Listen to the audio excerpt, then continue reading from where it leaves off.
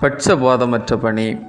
மெனுக்குள்ள வஸ்திரம் தரித்தவனை கண்ணோக்கி, நீர் இந்த நல்ல இடத்தில் உட்காரும் என்றும், தரித்திரனை பார்த்து, நீ அங்கே நில்லு அல்லது இங்கே என் பாதப்படியண்டையிலே உட்காரு என்றும் நீங்கள் சொன்னால், உங்களுக்குள்ளே போதகம் பண்ணி தகாத சிந்தனைகளோடே நிதானிக்கிறவர்களாய் இருப்பீர்கள் அல்லவா? யாக்கோபு 2:3-4. கடவுள் பட்சபாதமற்றவர். தம் அடியவர் அனைவரும் அவர் முன் சமம். ஆகவேதான் ரோமர் 2:11 தேவனிடத்தில் பட்சபாதமில்லை என நாம் படிக்கின்றோம்.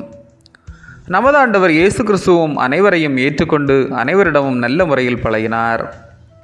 இனவெறி தலைவிரித்து ஆடிக்கொண்டிருந்த அந்த காலகட்டத்தில் அமெரிக்க ஐக்கிய நாட்டில் கருப்பான மக்கள் என அழைக்கப்பட்ட ஒரு இனக்குழு பெரும் அவமானங்களையும் துயரங்களையும் வேதனைகளையும் சந்தித்து காணப்பட்டனர்.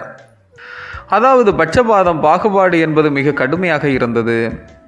இந்த மக்கள் தேவாலயங்களில் வழிபட முடியாது, வெள்ளையர்களோடு எவ்விதத்திலும் இணைந்திருக்க முடியாது, பொது இடங்களுக்கு செல்ல முடியாது, பேருந்துகளில் பயணிக்க முடியாது, செல்லுகின்ற இடங்களில் எல்லாம் புறக்கணிக்கப்படுவார்கள்.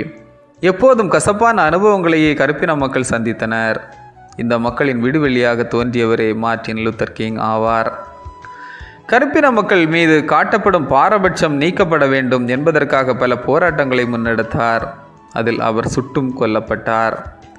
ஆனால் அவ்வினத்தில் இருந்துதான் அமெரிக்காவை கலக்கிய உலக நாடுகள் கண்ட அஞ்சிய மாபெரும் தலைவனாக பாரக் ஒபாமா என்ற அதிபர் தேர்ந்தெடுக்கப்பட்டார்.